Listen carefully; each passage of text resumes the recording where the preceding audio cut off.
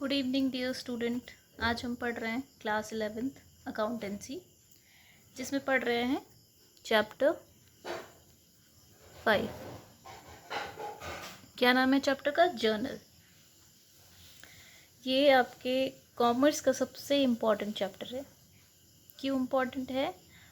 क्योंकि ये चैप्टर आपको एक बेस देता है। आप हमेशा एंट्रीज़ की बात करते हो, लेकिन ये एंट्रीज़ कैसे होता है, कैसे बनता है, वो आपको इस चैप्टर में पता चलता है।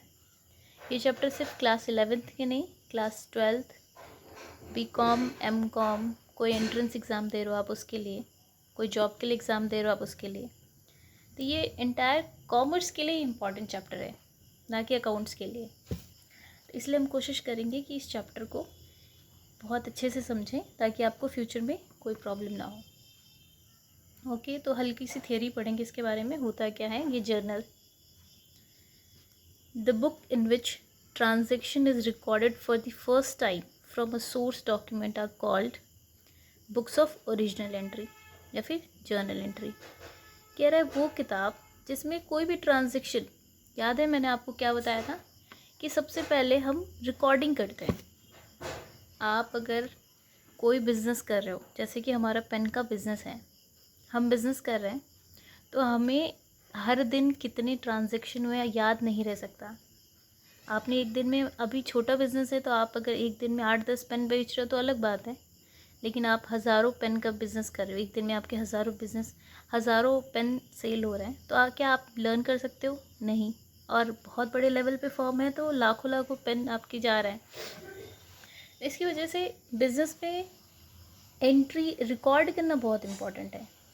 तो ये कह रहा है कि अगर कभी भी किसी ट्रांजेक्शन को जब पहली बार रिकॉर्ड किया जाता है किसी सोर्स डॉक्यूमेंट मतलब जैसे कि आपका जो कैश मेमो होता है, आपने कुछ ख़रीदा तो उसके बदले आपको एक रिसीट मिलती है, तो उसको सोर्स डॉक्यूमेंट कहा जाता है, क्योंकि आप इसको चेक करके रिकॉर्ड करते हो, तो उसको ही बिज़नेस में जर्नल बोला जाता है। आप देखिए, और transactions are originally recorded in a chronological day to day order. आपका ये जो ट्रांजेक्शन होता है वो क्रोनोलॉजिकल ऑर्डर में रिकॉर्ड होता है, यानी कि डे टू डे बेसिस पे। मतलब 1 तारीख को आपने क्या किया, 2 तारीख को क्या किया, 3 तारीख को क्या किया। 1 तारीख को मैंने पेन बेचा, 2 तारीख को मैंने कुछ ख़रीदा, 3 तारीख को मैंने कुछ मान लीजिए कुछ इनकम रिसीव किया, 4 तारीख को मैंने कुछ एक्सपेंसेस किए। आपकी यही होती है जर्नल एंट्री। जब आप अपने ट्रांजेक्शन्स को रिकॉर्ड करते हो फर्स्ट टाइम अपने बुक्स में, इसको हम बोलते हैं जर्नल एंट्री। क्लियर है? When the size of business grows, देखिए आपका छोटा ऑर्गेनाइजेशन है तो आप ऐसे लिखते चलो, कोई दिक्कत नहीं है। लेकिन कभी कभी क्या होता है, आपका ऑर्गेनाइजेशन जो है, आपका जो बिज़नेस है वो बड़े स्तर पे है। द जर्नल इज सब divided into a numbers of सब जर्नल्स। तो अगर आपका बिज़नेस बड़े लेवल पे है तो आप सिर्फ इस जर्नल से काम नहीं चलता है। उस केस में हम क्या करते हैं, सब्सिडरी बुक्स बनाते हैं। सब्सिडरी बुक्स, आप देखो, आप जैसे मैंने ये बताया कि मैंने यहाँ पे कुछ परचेज़ किया, कुछ सेल किया, यहाँ पे कुछ खर्चे किए, यहाँ पे कुछ इनकम रिसीव किया, मान लीजिए ऐसा है। लेकिन अगर ये तो छोटा बिज़नेस तब तो चलेगा, लेकिन अगर बहुत बड़े लेवल पे बिज़नेस है तो आपको पूछा जाए कि आप बताइए आपने टोटल कितना परचेज़ किया, तो फिर तो आप ऐसे सर्च करोगे, 1 तारीख को नहीं, 2 तारीख को हाँ, 3 को हुआ है, फिर 4 नहीं 5, ऐसे आप ढूंढते रह जाओगे। इसलिए अगर बिज़नेस बड़े लेवल पे होता है तो हम वहाँ पे जर्नल के साथ साथ ये सब्सिडरी बुक मेंटेन करते हैं। सब्सिडरी बुक में सबका अलग अलग घर बनाते हैं। जैसे कैश बुक में सारी कैश की रिकॉर्डिंग कैश बुक में लेके चले जाएंगे, परचेज़ बुक में सारे परचेज़ लेके जाएंगे, सेल्स बुक में सेल्स, फिर purchase return, sales return, bills receivable, bills payable, last में जो इन सब में नहीं गया उसको जर्नल प्रॉपर में। तो अगर आपका ऑर्गेनाइजेशन बड़े लेवल पे है तो हम सब्सिडरी बुक्स भी बनाते हैं। सब्सिडरी बुक्स में भी रिकॉर्डिंग का ही काम होता है, जिसको जर्नल बोलते हैं। तो जर्नल का क्या मतलब हुआ, जब आप किसी भी ट्रांजेक्शन्स को उसके सोर्स डॉक्यूमेंट से मैच करके अपने बुक्स में, अपने बुक्स ऑफ अकाउंट में रिकॉर्ड करते हो, उसको जर्नल बोलते हैं। सिंपल। जर्नल का आपका एक फॉर्मेट होता है। आप रिकॉर्ड करोगे बिजनेस में तो उसका एक फॉर्मेट तो रहेगा। क्या है इसका फॉर्मेट? 5 कॉलम होते हैं इसमें। डेट, सबसे पहले डेट होता है, फिर आपका ये पर्टिकुलर जो भी ट्रांजैक्शन हुआ है उसको रिकॉर्ड करेंगे। ये डेबिट और ये क्रेडिट, ये अमाउंट है। अभी हम एक एक चीज़ के बारे में समझेंगे। डेबिट अमाउंट है, ये क्रेडिट अमाउंट है, जानेंगे डेबिट क्रेडिट क्या होता है। और ये लेजर फोलियो, इसको शॉर्ट में LFP बोलते हैं। लेजर फोलियो क्या होता है? लेजर फोलियो का मतलब है जैसे आप जर्नल बनाते हो, उसके बाद से आप एक और बुक बनाते हो जिसको हम लेजर बोलते हैं। लेजर पे क्या होता है, सबको अपने घर में हम ले गए होते हैं। जब सबको अपने घर में ले गए होते हैं, एक हल्का सा एग्जांपल मान लीजिए, आपने जर्नल बनाया है, कैश जैसे आपने यहाँ रिकॉर्ड किया है, आपने यहाँ पे कुछ रिकॉर्ड दिया, कैश से रिलेटेड आपने रिकॉर्ड किया, फिर आपने इसको अपने घर में ले गए जहाँ पे बहुत सारे कैश है, कैश कैश कैश, 1 तारीख का ट्रांजेक्शन है। तो अगर आपको सर्च करना हो कि ये 1 तारीख वाला कहाँ पे है, लेजर में कहाँ पे है, लेजर यानी सबका अपना पर्सनल घर, लेजर में कहाँ पे है, तो आप एक पेज नंबर डाल देते हो लेजर का, जो कि यहाँ लिख दोगे, और लेजर में यहाँ का पेज नंबर डाल दोगे। इससे क्या होगा, आप तुरंत डायरेक्ट लेजर में पहुँच जाओगे। तो ये लेजर फोलियो भी क्या होता है, वो आपका लेजर बुक का पेज नंबर होता है। तो date, particular, LF, amount, 2 amount. Accounts में हमेशा 2 अमाउंट डबल एंट्री सिस्टम पे काम करता है। ये पूरा जो जर्नल आप पढ़ने वाले हो उसका डुअल एस्पेक्ट होता है। हर डेबिट के लिए क्रेडिट होता है। इसका मतलब आप कोई भी ट्रांजैक्शन कर रहे हो अगर, तो उसका हमेशा एटलीस्ट 2 जगह वो असर डालेगा ही। कोई भी ट्रांजैक्शन का असर 2 जगह होगा ही होगा, इसलिए बोलते हैं हर डेबिट का एक क्रेडिट होता है। हम समझेंगे। अभी आप ये समझिए फॉर्मेट क्या होता है। Date, particular, LF, amount, debit amount और क्रेडिट अमाउंट। ये डेबिट को शॉर्टकट पे DR होता है और क्रेडिट को शॉर्टकट में CR लिखते हैं। क्लियर है? जर्नल क्या होता है? रिकॉर्ड करने को जर्नल बोलते हैं। क्रोनोलॉजिकल ऑर्डर में रिकॉर्डिंग होती है, 1 तारीख, 2 तारीख, 3 तारीख, date wise, day to day basis पे। और किस प्रिंसिपल पे? डबल एंट्री सिस्टम के प्रिंसिपल पे रिकॉर्डिंग होती है। अगर ऑर्गेनाइजेशन बड़ा है तो वहाँ पे हम सब जर्नल या फिर सब्सिडरी बुक्स भी बनाते हैं। इसके बाद हम सीखेंगे कि रूल्स क्या होता है। परेशानी बच्चों को इधर होती है कि ये तो हमें पता चल गया कि जर्नल का मतलब रिकॉर्ड करना होता है पहली बार अपने बुक्स ऑफ अकाउंट में डेली बेसिस पे, ये तो क्लियर है। फॉर्मेट भी पता चल गया, 5 कॉलम होता है, date, particular, LF, debit amount और क्रेडिट अमाउंट। बट किस बेसिस पे करते हो आप, क्या रूल होता है? तो जर्नल एंट्री करने के लिए आपके पास 2 रूल होते हैं। एक को बोलते हैं मॉडर्न अप्रोच और दूसरे को बोलते हैं ट्रेडिशनल अप्रोच। आपका जो मॉडर्न अप्रोच होता है बहुत ही सिंपल, ये बनाया हुआ है कि जब कभी भी आपका असेट या फिर आपका एक्सपेंस, असेट्स क्या था? असेट्स था जब कोई भी ऐसा खर्चा जो हमें फ्यूचर में आपको, असेट्स जिससे भी आपको फ्यूचर बेनिफिट हो, सिंपल, ज़्यादा इसको कॉम्प्लिकेट नहीं करेंगे। जब भी आपको किसी भी चीज़ से फ्यूचर में बेनिफिट होता था उसको हम बिज़नेस में असेट्स बोलते हैं। जैसे आपने मशीन ख़रीदा है, आपको लंबे समय तक फ़ायदा होने वाला है, आपके लिए वो संपत्ति है। बिल्डिंग है, आपका प्लांट है, आपकी मशीनरी है, ये सब आपका कैश है। जब चाहो तब आप उससे कुछ भी यूज़ कर सकते हो, आपकी संपत्ति है। बैंक में आपका बैलेंस है, आपकी संपत्ति है। ये सारी चीज़ें आपकी असेट्स थी, और भी हैं, आगे पढ़ेंगे। तो कभी भी आपका असेट हो या फिर आपको कोई खर्चा हो, आपको सैलरी पे करना है, आपको कोई भी एक्सपेंस पे करना है, आपको रेंट पे करना है, आपको इलेक्ट्रिसिटी पे करना है, तो जब कभी भी बिज़नेस में असेट या कोई एक्सपेंस बढ़ता है तो उसको हम डेबिट करते हैं। ये DR क्या है, मैं ये मान के पढ़ाऊँगी कि आप लोगों को अभी तक कुछ भी नहीं पता इस चैप्टर के बारे में। तो जब कभी भी कोई असेट या फिर कोई एक्सपेंस बिज़नेस में बढ़ेगा तो उसको हम डेबिट करेंगे, कोई असेट और एक्सपेंस बिज़नेस में घटेगा तो क्रेडिट करेंगे। आप लोगों के दिमाग में एक बात आ रहा होगा कि हम क्यों कर रहे हैं ऐसे, मतलब क्या ज़रूरत है, क्यों डेबिट ही करें, क्यों क्रेडिट ही करें? तो इसका भी जवाब मैं दूंगी अभी थोड़ी देर में। पहले एक बार मॉडर्न अप्रोच देख लें। सिर्फ 5 पॉइंट इसमें लर्न करना होता है, सिर्फ 5 पॉइंट, लर्न भी नहीं, समझना होता है। असेट के बारे में, एक्सपेंसेस के बारे में, लायबिलिटी, कैपिटल और इनकम के बारे में। तो क्या है, असेट एक्सपेंसेस बढ़ा तो डेबिट और घटा तो क्रेडिट। लाइबिलिटी, कैपिटल और इनकम। लाइबिलिटी क्या था? लाइबिलिटी ऑब्लिगेशन, जिम्मेदारी, जिसको हमें फ्यूचर में चुकाना है। जैसे कि हमने लोन ले लिया तो फ्यूचर में चुकाना है। क्या था आपकी लाइबिलिटी? अगर आप पीछे के जो भी अकाउंटिंग टर्म्स हैं तो आप भूल रहे हैं अगर, तो आप उसको एक बार पीछे वाली क्लास जाके देख ले। बेसिक अकाउंटिंग टर्म्स आपको याद आ जाएंगी सारी चीज़ें। तो लाइबिलिटीज़ हो गया, कैपिटल जो पैसा बिजनेसमैन अपने बिजनेस में लगाता, कोई कैपिटल हो गया, या फिर कोई इनकम हो रहा है आपको, कोई प्रॉफिट हो रहा है, कोई इनकम हो रहा है। जब कभी भी ये तीनों बढ़ेंगे तो क्रेडिट होंगे और घटेंगे तो डेबिट। सिर्फ इतने पे आप कोई भी जर्नल एंट्री कर सकते हैं। कोई भी मतलब कोई भी, किसी भी प्रकार की जर्नल एंट्री, आपको सिर्फ इतना समझना पड़ेगा। और इसके अलावा एक और अप्रोच है जिसको ट्रेडिशनल अप्रोच बोलते हैं, जिसमें हम 3 अकाउंट के बारे में पढ़ेंगे। पर्सनल अकाउंट, रियल अकाउंट और नॉमिनल अकाउंट। और इनके कुछ रूल बनाए गए हैं। ये इनके अपने अपने रूल हैं। इस रूल के बेसिस पे आप कोई भी एंट्री सॉल्व कर सकते हो। तो ये आपके ऊपर डिपेंड करता है, आप इस रूल से सीखना चाहो या इस रूल से सीखना चाहो। मैं आपको दोनों ही मेथड पढ़ाऊँगी, लेकिन आप अगर आपको आ गया तो आप इससे भी कर सकते हो, इससे भी कर सकते हो।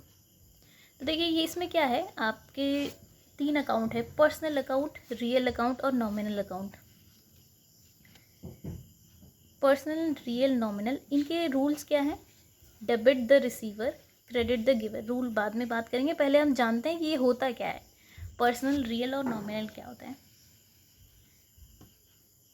आपकी जितनी भी चीज़ें हैं, असेट्स हैं, एक्सपेंसेस हैं, लायबिलिटी है, कैपिटल है और इनकम है, वो इन अकाउंट्स में ही फॉल करती हैं। या तो वो पर्सनल नेचर का होगा, या तो रियल, या तो नॉमिनल।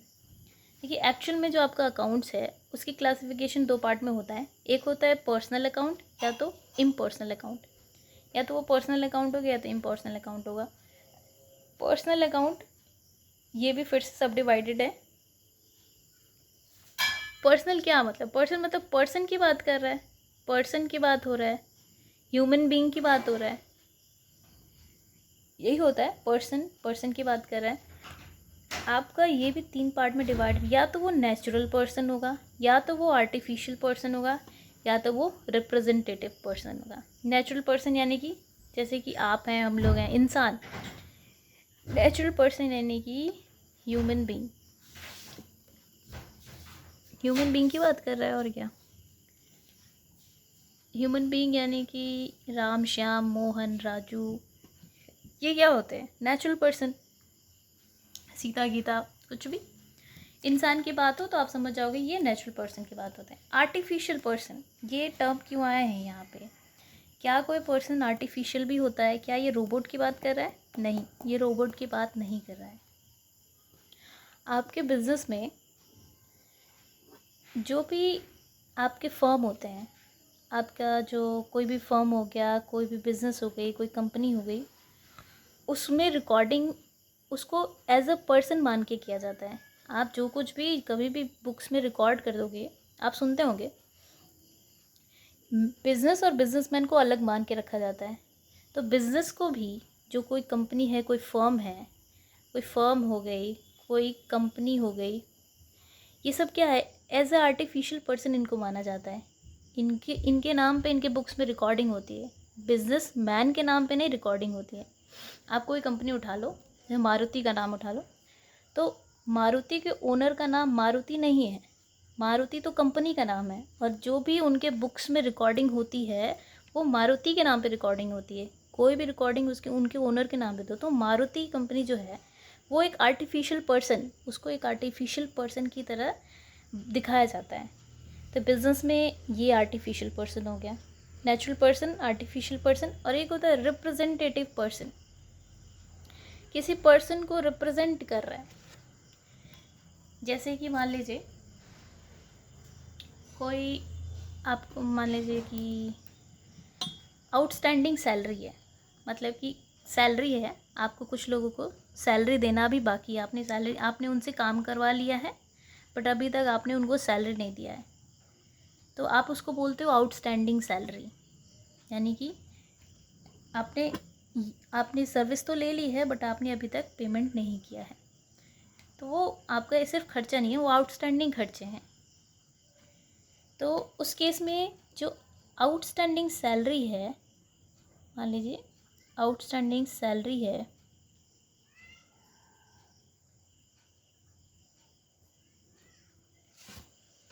एक इसके बारे में मैंने एग्जांपल्स भी दिया है, आप लोग को एग्जांपल्स के थ्रू भी समझा सकती हूँ मैं, एक बार समझ लीजिए। तो आउटस्टैंडिंग सैलरी है, ये आप बिजनेस में इसको बार बार तो किसी के नाम से तो रिकॉर्ड नहीं करोगे, राम का, श्याम का, मोहन का, सीधे आप लिख दोगे आउटस्टैंडिंग सैलरी, और जिनके जिनके नाम है उसमें आ जाएंगे। तो ये उस पूरे ग्रुप, उस पूरे पर्सन को रिप्रेजेंट करता है जिनकी सैलरी अभी तक हमने दिया नहीं है और उनसे काम करवा लिया है। तो ये रिप्रेजेंट करता है ऐसे लोगों को, और भी बहुत सारी चीज़ें इसमें आने वाली हैं, आगे देखेंगे। क्लियर है? यानी पर्सन भी आपके 3 प्रकार के होंगे, या तो नेचुरल पर्सन होंगे, या तो आर्टिफिशियल पर्सन होंगे, या तो रिप्रेजेंटेटिव पर्सन होंगे। और इम्पर्सनल में क्या क्या आता है? इम्पर्सनल में या तो रियल अकाउंट आता है या तो नॉमिनल अकाउंट आता है। रियल अकाउंट बात करता है आपके असेट्स की। यहाँ पे असेट्स की बात होती है, कोई भी आपके पास बिल्डिंग है, प्लांट है, मशीनरी है, कैश है, यहाँ इसकी बात होती है। और नॉमिनल अकाउंट बात करता है आपके एक्सपेंसेस की और इनकम की।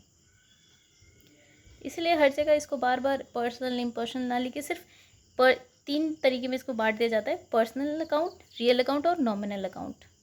क्लियर है? थोड़ा सा और इसको समझते हैं। देखिए,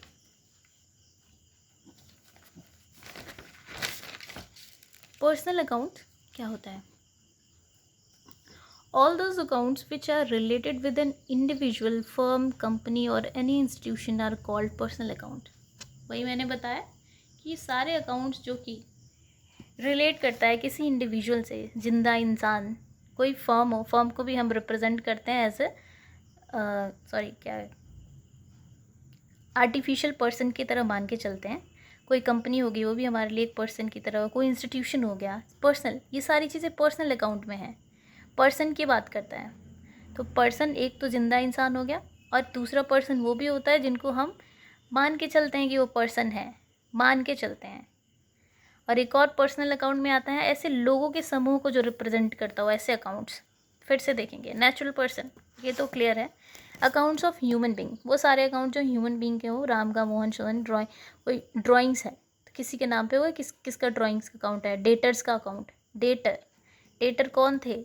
क्रेडिटर कौन थे? क्रेडिटर वो लोग जिन्होंने हमें उधार दिया था, डेटर वो लोग जिनको हमने उधार दिया। यहाँ पर्सन की बात हो रही है कि किसी पर्सन की, किसी इंडिविजुअल की, किसी फर्म की, किसको भी वो एक पर्सन की तरह रिप्रेजेंट कर रहा है। तो डेटर का अकाउंट और क्रेडिटर का अकाउंट भी एक पर्सनल अकाउंट होता है। अक्सर एग्जाम्स में पूछे जाते हैं, कोई भी इसमें से उठा ले जाता है, पूछ लेता है कि बताइए पर्सनल है कि आर्टिफिशियल है कि रिप्रेजेंटेटिव है, कौन सा है?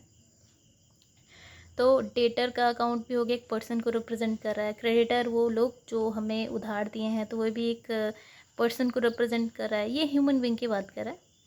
आर्टिफिशियल पर्सन में जिनको हमने बनाया है पर्सन की तरह, जिनको हम ट्रीट कर रहे हैं, जैसे कि कोई फर्म का अकाउंट हो गया, कोई कंपनी का अकाउंट हो गया, बैंक अकाउंट हो गया, क्लब का अकाउंट हो गया, इनके नाम पे रिकॉर्डिंग होती है। इनको एज ए ह्यूमन बीइंग इनको बनाया जाता है।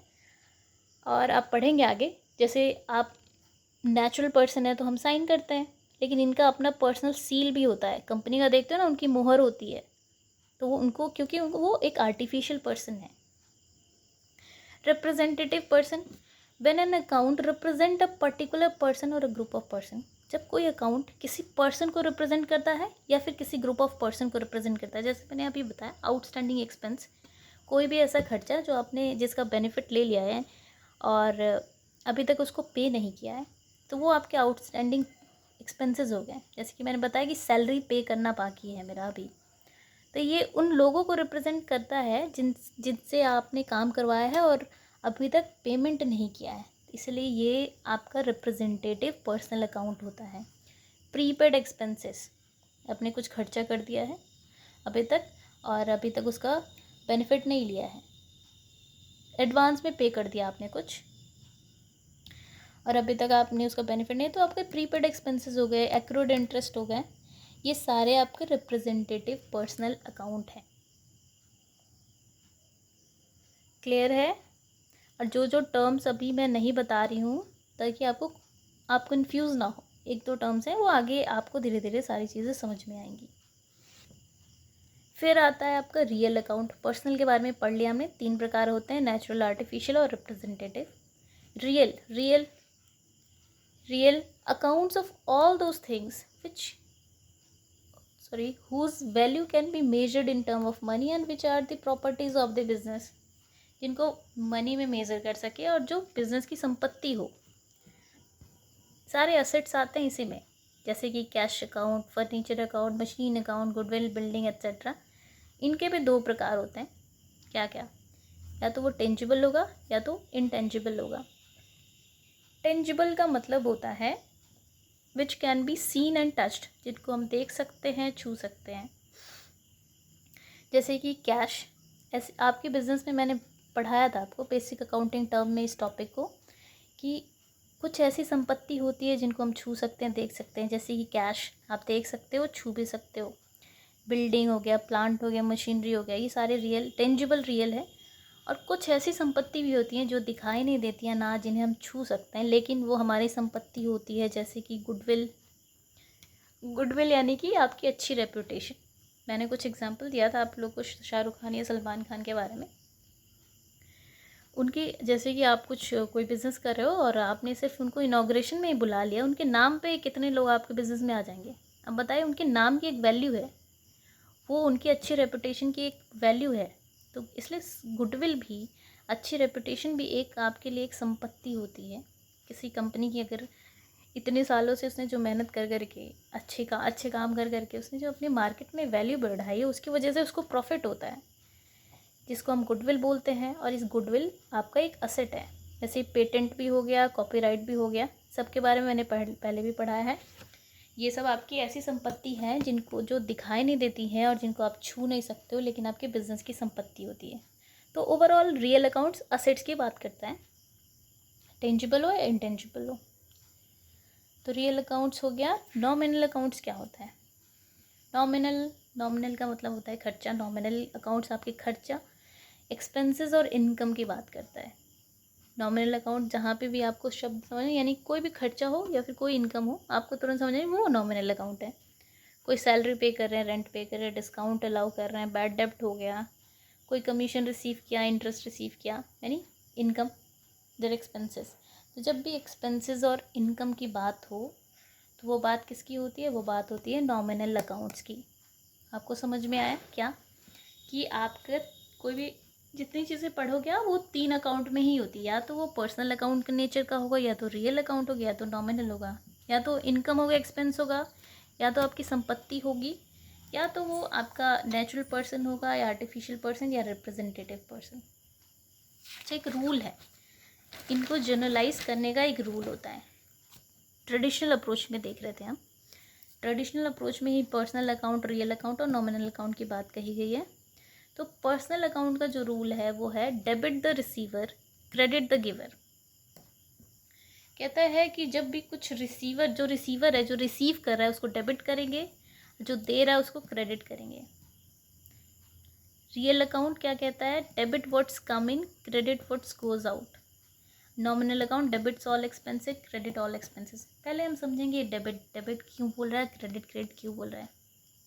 तो होता ये है कि आप कुछ भी पढ़ते हो, आप साइंस पढ़ते हो, आप मैथ्स पढ़ते हो, सबकी अपनी एक लैंग्वेज है, सबकी अपनी एक भाषा है। वैसे ही कॉमर्स की भी, अकाउंट्स की भी अपनी एक भाषा है।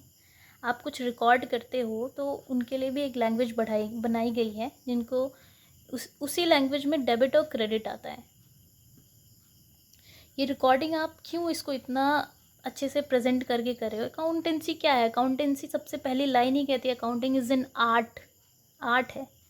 आप इसको ऐसे भी तो लिख सकते हो, जो जर्नल एंट्री चल रही थी आपके आगे, उस जर्नल में आप ऐसे भी तो लिख सकते थे। मैं आपको बता रही थी कि अगर डे 1 का ट्रांजैक्शन आप लिखोगे प्रॉपर, आज हमने इतने का सामान ख़रीदा, आज हमने ये बेचा, आज हमने इतना खर्चा किया, आज हमने ये किया। आप सोचो, जब आप कोई भी ट्रांजैक्शन को इस तरीके से कहानी की तरह लिखोगे तो क्या वो ट्रांजैक्शन यूज़फुल है? अगला इंसान जो उसको कुछ यूज़ करना चाहेगा वो तो इसी में पागल हो जाएगा कि कब ख़रीदा कब बेचा। तो हमें इसको सिंप्लीफाई करना होता है, ऐसा बनाना होता है कि हर कोई समझ पाए, एटलीस्ट वो समझ पाए जिसने अकाउंट्स के बारे में कुछ पढ़ा है, जो इसका यूज़ करना चाहता है। तो इसके लिए इसकी एक लैंग्वेज है, इसका एक फॉर्मेट है, इसके अपने मेथड्स हैं। तो जर्नल एंट्री का ये आपने देखा, तो ये फॉर्मेट है, और डेबिट क्रेडिट भी उसके उस फॉर्मेट का ही एक पार्ट है, उसकी लैंग्वेज का एक पार्ट है। तो आज शुरू करते हैं जर्नल एंट्री सीखना। देखिए, आप थोड़ी सी भी कोशिश करेंगे समझने की तो ये चैप्टर आपको बिल्कुल अच्छे से समझ में आने वाला है। तो जर्नल एंट्री, हम सबसे पहले आपका दो अप्रोच था, एक मॉडर्न अप्रोच और एक ट्रेडिशनल अप्रोच। तो अभी जो पढ़ रहे थे हम ट्रेडिशनल अप्रोच के बारे में पढ़ रहे थे, लेकिन आज सबसे पहले शुरू करेंगे एंट्री सीखना हम मॉडर्न अप्रोच से। मॉडर्न अप्रोच क्योंकि ये बहुत सिंपल है, पहले आप इससे सीखिए, फिर मैं वो सिखाऊंगी। थोड़ा सा समझ में आने लगेगा तो आपको इंटरेस्टिंग लगने लगेगा, फिर वो मेथड आपको आसान लगेगा। तो मैंने क्या बताया कि मॉडर्न अप्रोच में आपको सिर्फ इस 5 पॉइंट पे कमांड करना है, फिर आप पूरे जर्नल एंट्री पे कमांड कर सकते हो। इन अदर वर्ड, अकाउंटेंसी पे कमांड कर सकते हो, क्योंकि ये सबका बेस है। तो कहता है जब भी बिज़नेस में कोई असेट्स और एक्सपेंसेस बढ़े उसको डेबिट, यानी कि बिज़नेस में आपका संपत्ति अगर बढ़ता है तो उसको हम डेबिट बोलते हैं। इसका यही मतलब होता है। हम हर वक्त ये तो नहीं लिखेंगे कि संपत्ति बढ़ गई, असेट्स बढ़ गया, लायबिलिटी बढ़ गई, एक्सपेंसेस बढ़ गए, आप ऐसे लिखोगे नहीं। देखिए, कोई भी एक ट्रांजैक्शन लिखती हूँ मैं, जैसे कि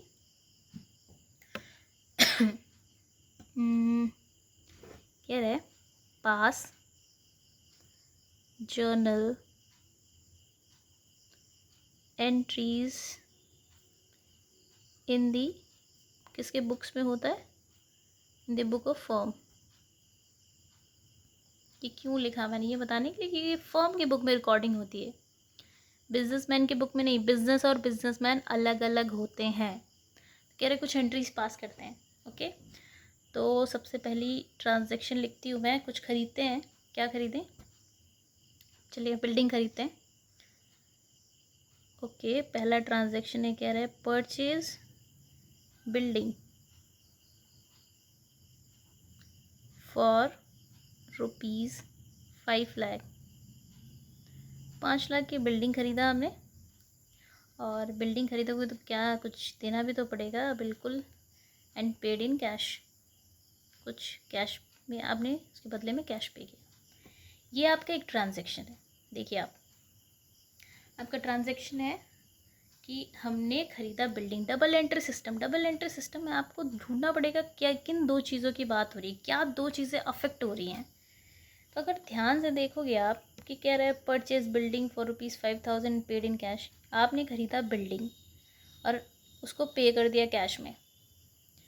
देखो हुआ क्या यहाँ पे, आप जब भी कुछ खरीदते हो तो वो सामान आपके पास आता है कि नहीं।